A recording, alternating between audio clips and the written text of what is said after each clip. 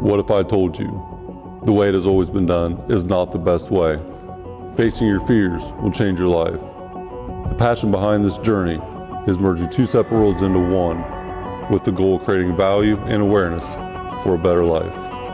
I'd rather be sidelined trying to achieve greatness than watch greatness achieved and it only set on the sideline. Now introducing your host, Jacob Emery. This episode of the Iron and Infrastructure Podcast is brought to you by Unlocking Greatness with Jacob Emery, a coaching community built for those ready to become the strongest version of themselves. Weekly calls, proven playbooks, and a community built to grow. Greatness is not given, it's unlocked. Join us today at jacobemery.com or DM coach at jacobemery44 on all social media platforms. Hi, everybody. It's Dan Sullivan, and this is today's episode of Multiplier Mindset. And we have a whopping good story for you today. And this is Jacob Emery. Jacob's from Newark, Ohio. And so good Ohio guy. I'm from Ohio. And so here's what Jacob's going to do. He's going to lay it out for you, how to become a great entrepreneur. Okay, so first of all, be a complete misfit. You have to be a misfit, okay? You don't fit in anywhere. Nobody wants you, and nobody wants you in your club. The other thing is you should have a really bad home life. You should really, if you're living with, in really easy circumstances, you should try to get yourself into a really bad home life. And then you should have learning disabilities. You shouldn't be any good in school. You should, you don't really learn anything. But above all, as early as you can, start drinking a lot of alcohol. In other words, strive to be, not just an occasional drinker, but be a complete alcoholic by the time you're 16. And it would really help if you come from a broken home so that your parents divorce. And this would be a really good setup for your entrepreneurial life. I mean, you wonder, when you hear Jacob's story, you sit there and you think, you hear the first minute and you say, whoa, wow, that was really bad. And then you find out the next minute's even worse, and the next minute's ever worse. About the incredible story he tells, a lot of stories, the entrepreneur stories, I was out, I had my own business by the time I was 10 years old. He was digging ditches for $9 an hour and got fired, But the whole thing was that there's something inside Jacob that just wants to live. That's really what I got it. You just get this total passion that he knows that there's something inside himself that really wants to grow, that really wants to be successful, that really wants to be significant. And uh, anybody who thinks they've had a bad life, they ought to have this on their iPhone. And I think I'll just watch. I think I'll just watch Jacob for about 10 minutes, and my life seems very, very, very easy. And then that whole thing of being at the very worst of his teenage life, and just walking by a work site where they're putting in natural gas pipeline, and then him sticking with it, and then gradually turning himself around, and then gradually, he's got obvious, just incredible leadership skills. What you get is this enormous leadership skills. So he's running the crew, and then he says, he and a buddy who just got out of the Army, they get together and they say, let's buy this company. And he is knowing when he was working for $9 an hour that by the time he was 30, he was going to own the company, and he owned the company a lot sooner than that. So I have to tell you, I've been coaching for 51 years. And all the 51 years of work that I put in was worth it just to see Jacob's video. I thought, well, I mean, I'm rewarded. I feel totally rewarded. You know, but I deeply, deeply appreciate his comments about what kind of community we've created here at Strategic Coach. And I just feel, on the one hand, I feel just totally honored, that about all the um, ways in which Strategic Coach turned out to just be the perfect community for a man like Jacob Emery. But I'm also proud that we've worked with thousands, tens of thousands of entrepreneurs that when Jacob needed this in his life, it was available, that Strategic Coach was available. And this is this is another one that I want this particular podcast, Multiplier Mindset, that it gets out to a million people, because I think a million people will have their thinking, they'll have their direction in life transformed by just listening to Jacob's story. Introduce yourself to everyone and tell us what you do for a living. Mhm. Yeah, so my name is Jacob Emery. I own R&R Pipeline. We are a infrastructure company, and we specialize in natural gas distribution. And actually, since joining Coach, it's been quite an incredible journey. I go into year 5. I think actually this next quarter is year 5. I started a podcast. I have a coaching business. I have became a shareholder of a supplement company and helped start a CrossFit business, gym. It's been such an incredible ride, but that's just a little bit in a nutshell about what I do. But Strategic Coach allowed me to expand my thinking and become the true environment-based visionary entrepreneur that I truly am. Very well said. Thank you. So you wear many hats and you're involved in a couple of different industries, but I see a theme there with the fitness and health. For people who are on the outside looking into Strategic Coach, how would you describe or share your insights on how your industry fits into this environment here at Coach? I think every industry does, honestly, and I think it's about the environment, like what you just said.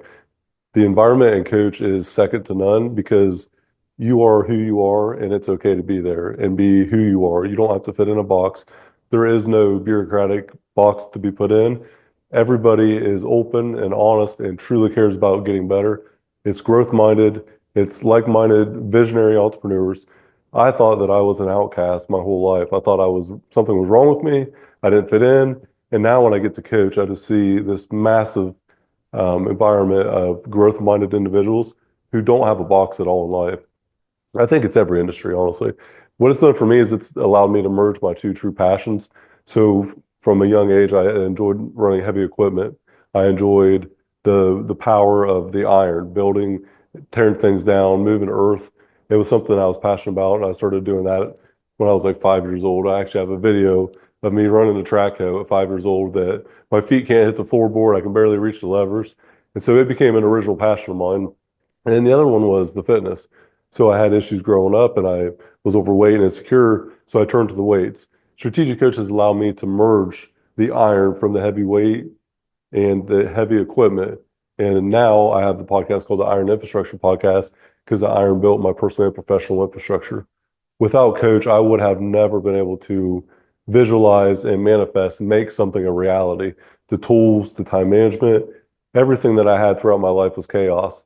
And now I have clarity. Well, that's so nice to hear. And how has Strategic Coach supported you in reaching your success growth and your success goals? How did that play out for you? Strategic Coach supported me with the empowerment that I am worthy of achieving these things and that I'm not nobody special, but I am somebody that can become something special because of the environment itself. Told certain things my whole life, and I always went against the grain. And then getting into that place, and it was such an empowering thing. I didn't feel worthy of being there for my first year or two. And then there was a turning point, and I just remember walking in there. I'm like, I actually belong here. And so it built a profound confidence that had I never went to strategic coach, I would have never been able to have. And so that environment, the coaches, my coach Stephen Nooner, I have to shout out Stephen Nooner. He is one of the most stand-up human beings I've ever met, a great friend of mine and a mentor, and I have the utmost respect for him. And so his vulnerability and openness about life experience and how it's impacted him allowed me to do the same. And so personal and professional growth has been 10x, and it just changed everything for me. It allowed me to empower myself to be worthy. And so I've been on this journey ever since. And I cannot thank everyone at Strategic Coach enough.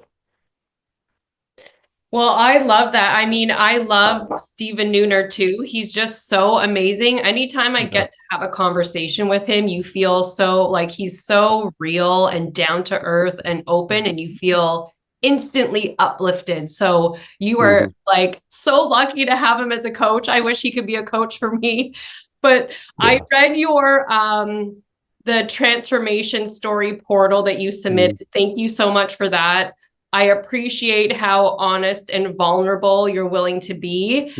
I appreciate entrepreneurs, especially at Coach, because I feel like it's a theme now where people are excited and put a lot of value and weight on those backstories that were typically like shame stories. But you'd be so surprised. Everybody has one. And what you said about not feeling worthy about being in the room, I do this for a living. I interview a lot of our clients. Every single one of you guys say that. And it's so interesting, no matter where you are in your success journey, like everyone has that, you know?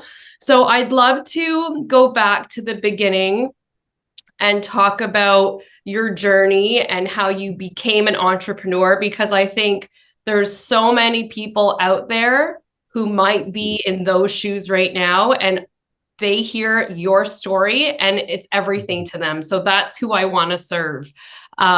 So, you know, you started that story with, you know, dead or alive at 21. So why don't we go back to that point? Tell me about that.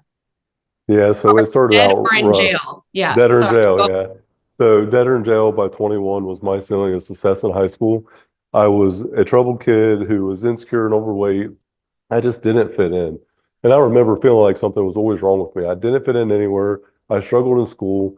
And so my early weight insecurity compounded when I couldn't read and write very well.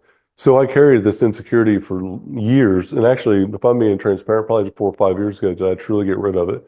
And so it held me back for so long. So I would fight. By the time I was 16, I was drinking heavy. I was probably really a full-fledged alcoholic by 16 to 20 years old. It was a very dark time. And my parents got divorced, and it compounded really bad. So I had the flexibility of time because I could get away with anything because of the divorce. So I acted out on it horribly.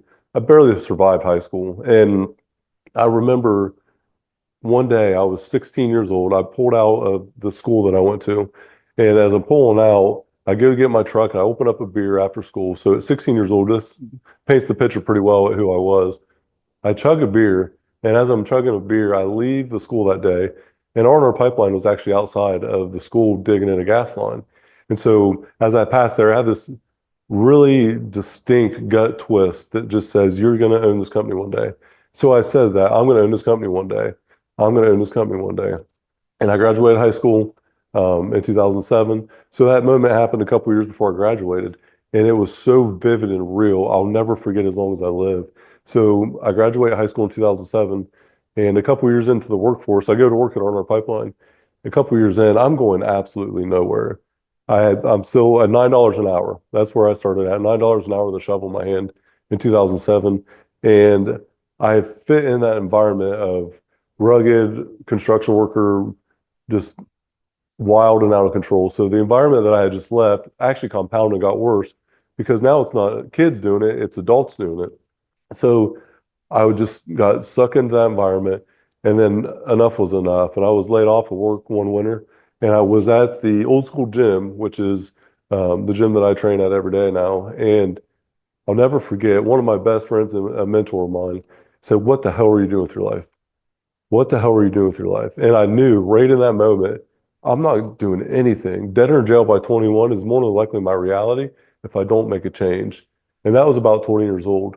So from 20 to 22, I quit going to happy hour at Applebee's and I went and walked on the treadmill, would listen to a podcast or a book and develop me as a person. So I changed my own environment. I went down that lonely road and became a different person. And by 22, 23 years old, I was running a crew of anywhere from 5 men, 10 men to maybe 30 on bigger projects. So I went from the very bottom of the labor pool up to running, crews, being one of the leaders of the company. And at that age, I just said, you know what? If I can do this in 2 years of dedicating myself, I'm going to buy the damn company by the time I'm 30. And so it was just that crazy, wild, visionary type goal. And it was delusional. There was no rhyme or reason why it was even fathomable that it could be possible. And there was probably that 0.1% chance that it actually was possible. But that's all I needed. And so I went on that journey. And my now business partner, Cody, came back from the military in 2014 and 2015. I told him about the dream and the vision, and we partnered up. That's when I figured out I'm a partnership person.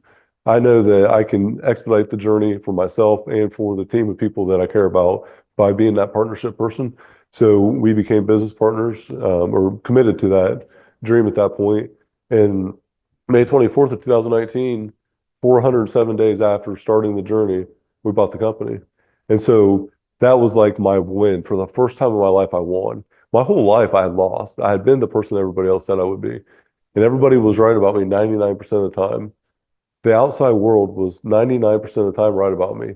But that day, I was 100% right, and they were 0% right. Because it just took one time for me to win, to become the person that I knew I could be. So that was at 30 years old. I set that goal to buy by 30. I did that. And then I realized 2 days afterward, I'm not happy. I said this would make me happy. I feel nothing. Why do I not feel this accolade? It was supposed to be the accolade of ownership that made me up on top of this mountain. So it was hard to feel that, because what was the most painful journey of 407 days, the most pressure, quite literally everything on the line. So my net worth was $37,000, and we bought a multi-million-dollar company, just under 8 figures. So it was hard. And that journey, it was a 1% chance at best that we actually could do it. And when we did, I thought that was going to be everything. And I realized that it wasn't. What I didn't realize, though, is the person I became internally that was able to purchase that company, that was willing to go through the adversity, that fought that hard to get what he wanted. So I didn't appreciate it because I didn't enjoy the climb up the mountain. 2 days after, I realized I am on top of this mountain, and I'm looking out over the view of this mountain. It's so high. I'm on top mountain. Mount Everest is right here in front of me. And then reality hit in. And I realized that I'm not on top of the mountain. This is just a ledge. And the cloud cover moves by, and I'm standing up there, and I look up, and it's just another mountain to climb. And so I didn't enjoy that climb, and I didn't enjoy the view as much. So now, after that, I realized it's a day-to-day process of fulfillment because of who I became that wants to accomplish these things. So now I enjoy the climb every day. The view is so much better, and I have so much more fulfillment in life. And then I also realized, with being a partnership person, that I always had a different way of viewing the world, and I thought I was always wrong for this. And when I read Who Not How, it hit me so hard and validated a lot for me that I thought I was crazy for. So growing up, I would be called lazy for not changing my own oil in my truck. And so I remember like going to a oil shop and getting it changed for $20, and it would cost me $18 to get the stuff and do it myself. I would go pay $20. I would read a book for an hour while they were doing it. And then it was a pretty much break even for the cost, but the investment in myself of that hour of time was massive. And so I've had a who not how mentality from a young age, and I didn't realize that it wasn't a bad thing until strategic coach. And then I think the Colby Index also. The Colby Index was one that just was so eye-opening, because at the time I was the only quick start in our company. So I was an 8 quick start, and I'm a 5.2, 8.3. And I remember when I first took that, and I was like, I wonder who else is a quick start in here. And out of the 10 people that took the test, I think there was a 4 was the highest, second to mine. So I was in this environment of parachutes. That's what I like to say. And you see everyone is a high fact finder. It's all red and I'm green. I'm always the go person. And so it was like this environment so restrictive, I didn't realize it. It wasn't a bad thing. It just was what it was. And now I understood it. And when I started to understand and have more self-awareness, the spark plug and the engine and everything just hit right like it should. And it was just like a rocket ship. But I would have never been able to understand that until Strategic Coach.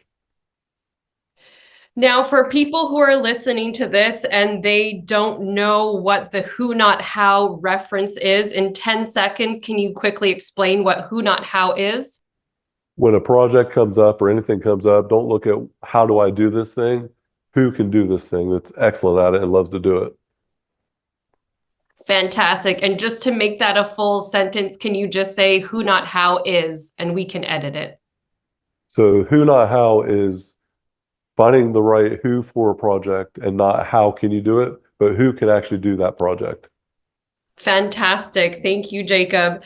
Now, I want to ask you about what you just said. I mean, first of all, I think it is so incredible the turnaround that you've been able to make. I mean, like, that's everyone's ultimate dream, especially when you started off where you were, right? Like, it feels like possible. Like you said, it's like 0 to 1% chance.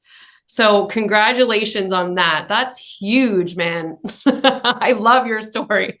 Thank you. You said, so I love that, you know, a mentor in your life said to you, what are you doing with your life? And that was a pivotal moment. Like, that question really hit you hard. What's a question that you would pose to somebody now who's maybe in your shoes? Do you have a question that you would want to impart on somebody else?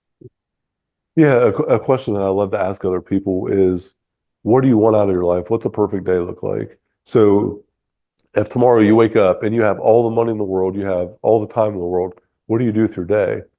And that's the ultimate dream. So many people don't have clarity on that. What is your perfect day look like?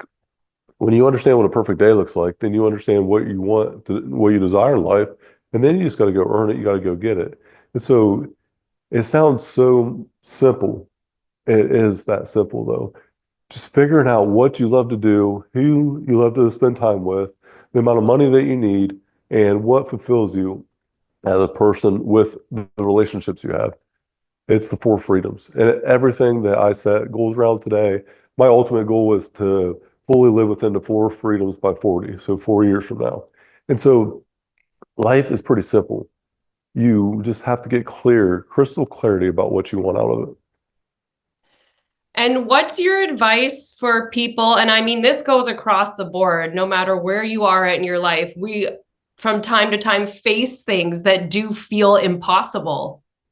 Do you have advice for anyone who's facing something right now that might feel impossible, but they have that feeling inside, like, this is something I want to go after? So anyone that's going through a pain point or a struggle, the thing that's got me out of so many hardships is I have survived every challenge I've ever faced in my life because I'm still standing today. So no matter how big or how small, how impactful, you've survived all of them. If we're here talking today, you have survived every one. I honestly find gratitude in being present. So I think being present is a gift. I think that's why they call gifts presents. But embrace the pressure, embrace the pain, because it only happens once. Every opportunity, this moment right now, is a once in a lifetime opportunity because it will never happen again. Even if we sit down and do an interview again, we will not be the same people in the same place at the same time. So every experience in life, whether good or bad, just embrace it. Just take it all in, live it, feel it, don't try to mask it, and just embrace the whole entire thing. My life changed when I realized that I had one bad day in my life. I call it my bad day perspective. And it was 7 or 8 years ago. My brother passed away, 21-year-old, in a car accident. That was a bad day. It was a tragic event. It was unforeseen. That was my bad day. Every day before and every day after has been a good day. And so just keeping perspective on no matter what happens in life, if we're still here, we faced a challenge and we survived it. So stay in charge of your thoughts, stay in charge of what you put your focus into, because what you focus on expands. And if you focus on negative things, it will get bigger, and the same with the positive. I'm sorry to hear about your brother, and thank you so much for mentioning that. I lost my brother 2 years ago, and he was 30 years old, and it was from a fentanyl situation. So I get your pain, and I like to talk about it, right? Because it's how, there's so many people out there who are going through the same thing. You said you're a partnership person, which I really liked, and I think a lot of people can relate to that. Do you have any advice on how do you know that someone's the right partner for you in business? Or what are your kind of like, what are your guidelines there, or your own kind of rules for that relationship? Finding the right partner is very difficult. It truly is one of the most complicated things in business that I think that I've experienced. But, I have 5 different business interests and multiple different business partners within the 5. You have to trust the person. The values have to be the same. So from a moral standpoint, you have to have that foundational trust and value there. That is the absolute key to me. And then you got to complement each other's strengths and weaknesses. If you have 2 people that are partners that are exactly the same, it's going to be a dumpster fire. 2 wild, crazy, visionary entrepreneurs that act and operate the same exact way, it probably won't work out very well. So having a complementary mix of skill sets is crucial to me. And when I think about partnership, I think about acceleration. AI right now is an accelerator. When I come to coach, I can fly there on United 54 minutes. I could walk, it'd be 54 days. 54 minutes is a lot better. It's an accelerator. And so that's how a partnership is to me. And I always use the reference through the lens of a draft horse.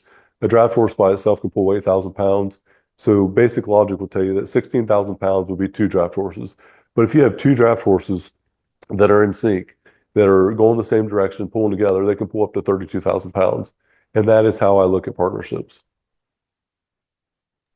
Damn. I mean, I know you have a podcast already, but your advice is so good. I hope you're thinking about a book one day, or maybe you have one already in the works. 2 of them, partially done on 2, but I actually, I kind of put them on the side when the podcast started, and then I launched my coaching business. So I can see why. That's something you got to follow. Your advice is very, very good. All right. I loved your analogy about climbing the mountain and then not liking the view, but now as you climb, you make it a mental goal to enjoy the view, aka the present. So what are your tips for how it's so hard? Even I struggle with it every day. Like, how do you stay present? How do you stay in gratitude? We all know we need to do it, right? It's like, must drink a lot of water, must get good sleep. We know that. But what do you do to stay grateful and present?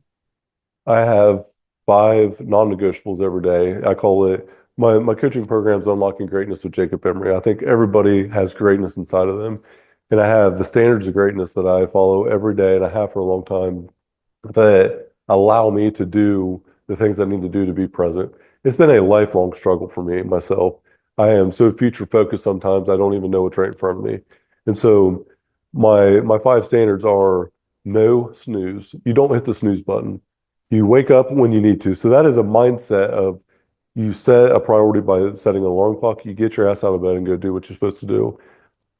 Physical output, mental input are 2 and 3. So physical output of only 10 minutes, but every day. So momentum will stop if it's not in motion still.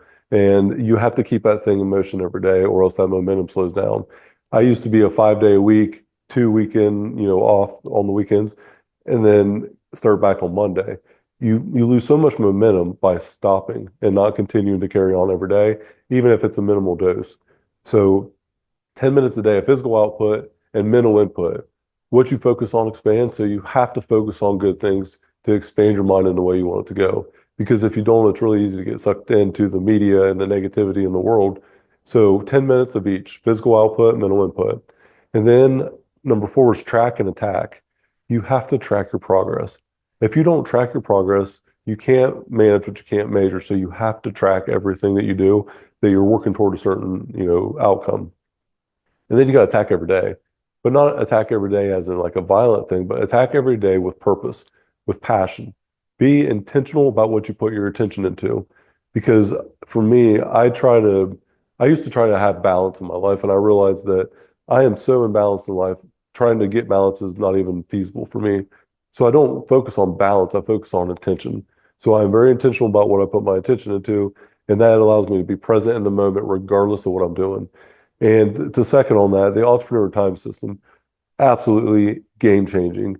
The free focus buffer days allow me the structure that I need to be present in every moment and to have the cadence to say, yes, it's okay to have this free day, or it's okay that you're doing X or doing Y, but it allows me the framework to go about life the way that I need to for the outcome that I desire. And then the last one is probably the simplest, but the most effective. I have gratitude and preparation. So every day, at the end of the day, have a couple minutes of gratitude, whether it's thankful for whatever opportunities came up that day, even in the bad times. It happened for me to learn. It happened for me to become an opportunity. And then you prepare for the next day. So it's like I'm a third grader sometimes, but I don't have to turn my brain on until 7 a.m. Every morning, Monday through Friday, I wake up at 3 a.m. By 3:30, 3:45, I'm at the gym, I'm training. From 4 to 6 a.m., I'm training my body physically for an hour, my mind physically for an hour. Before 7 a.m., I've already conquered the world and I don't skip a beat and I don't have to think about anything. My gym clothes are packed, my business clothes for the day are packed. Whatever I'm doing that day, I already have it in my head of exactly how I'm going to go about the day. I have my water ready. I have a jug of, aminos or hydration, whatever I'm carrying that day. My lunch is prepared. I'm like a third grader. I'm ready to go to school. My backpack's set. I have everything good to go. I am completely prepared for the day. And that 20 minutes, maybe 15 minutes at night might save you an hour and a half in the morning when you're foggy, you're in a rush. And starting the day off with the no snooze and then ending it with the gratitude and preparation, it's been a life-changing experience for me. And I didn't even realize how impactful it was because it's such a micro dose of actually doing anything.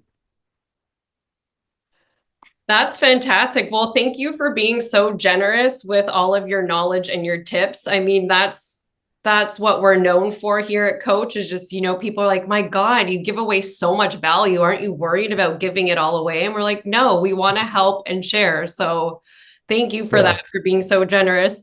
Are there any last thoughts you want to include about Strategic Coach or the program, or what you would say to somebody who's maybe on the fence or kind of thinking about it, or maybe even what made you pull the trigger and join?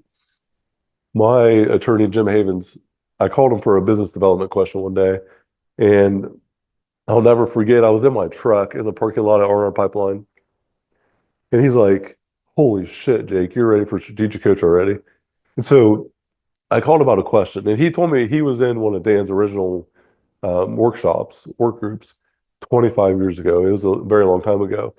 And he had told us during the journey of buying our pipeline, there's going to be a day and time, probably 5 years from now, I'm going to call you or you're going to call me, and I'm going to tell you it's time to go to Strategic Coach. He's like, it's what you need as an entrepreneur to operate in life the right way and operate in life a accelerated way that's not academia based. So I didn't go to college. I had no organizational structure at all in my life, and no time management skills, no tools to think clearly, to visualize the world bigger, no environment of like-minded individuals. And so when he said that, we signed up for Coach, and it was in 2020. And so the first couple sessions were virtual. And so after going in person, I just could not believe the environment of like-minded individuals. I felt like out of everyone in the world, I had never met a room of people in one setting at all in my life like that. So we are not as good as we think we are a lot of the time, but we're also not as bad. Coach allows you to understand exactly where you're at in the journey. And it's empowering to know that I'm not all the way up here, I'm not all the way down here. I'm right here, and that's where I need to be right now. And this is what I have to do to get to that next level.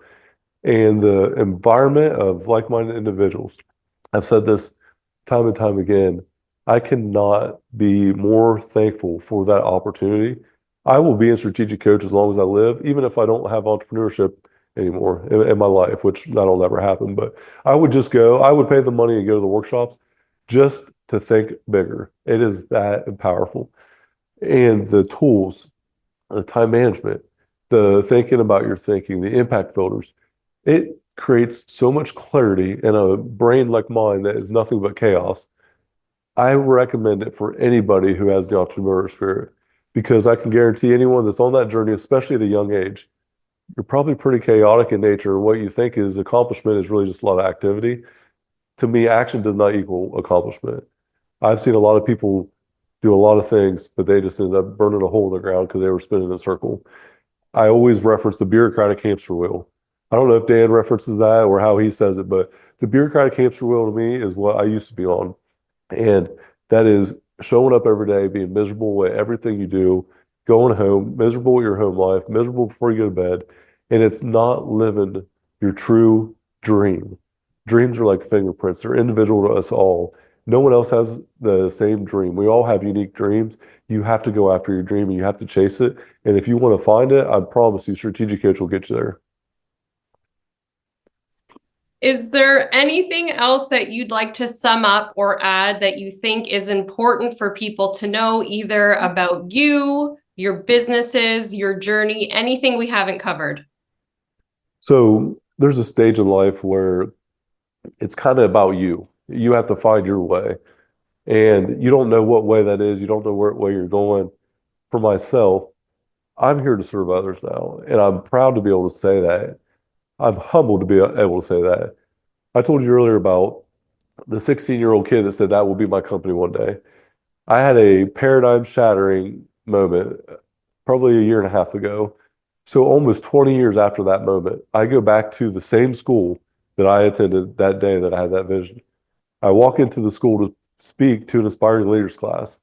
So Dead or Jail by 21 was 20 years ago. And to think that they would even invite me back to that school was kind of humbling in itself because I got in a lot of trouble and I wasn't a very good kid.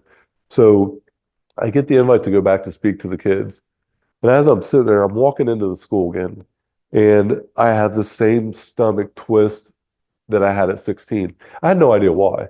This was 20 years later, but I just felt like this gut twisting moment. As I walk into the school, I relived all of my high school years in about 25 or 30 seconds. I go into the classroom to sit down and talk to the teacher. I wanted to talk about the curriculum, about what he wanted to speak on. I wanted to make sure that I prepared well for it because it was something that was personal for me.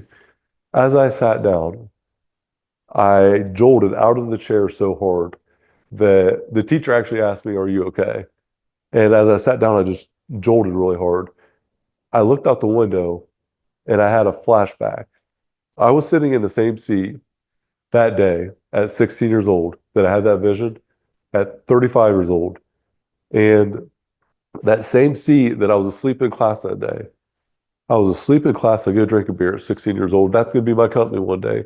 20 years later, I'm sitting there in that same seat getting ready to speak to kids about leadership. And as I told my story, I told it in the third person. And as I finished up the story, I smacked my hand on the desk and I sat on top of the desk. That's where it all started. If I can do this, anybody can. And that's the truth. If I can do this, if I can be here today, anybody can. $9 an hour with a shovel in my hand at 18 years old. 23% of my life at 18 was over. If you live to 77 and a half years old, which is the average lifespan today, 23% of it's done by 18. So just remember that at 18, you're a quarter of the way there, but you're really just starting. Anything is possible. You just have to believe it. And to figure out what you want, you have to be around people that empower you. That's what Strategic Coach did for me. It empowered me. It served me in a way that I could have never imagined. Now, today, I want to help people unlock their greatness. That's why my coaching program is called Unlocking Greatness. Greatness is inside of all of us. It is not reserved for a select few. We all have greatness. We just have to pull it out and know that we are worthy of showing it to the world. And when you unlock your greatness, you can live out your dream. And like I said earlier, dreams are like fingerprints. We all have our own. And in order for our dream to live, everyone else's dream, unfortunately, has to die for us. We have to live out our own dreams if you want fulfillment in life. I want everyone to feel the way that I feel. I am so fulfilled in life. I want everybody to feel this way. Because as Strategic Coach, I've been able to take this journey on of facing my fears and my egos, becoming the person I am today. I am an open book now with vulnerability because I know it can serve others because that's what I needed for all those years. So I would highly recommend to anybody, go to Strategic Coach, figure out how to unlock your greatness. Absolutely. And where can people find more information about your services and your podcast? If you could just direct people there.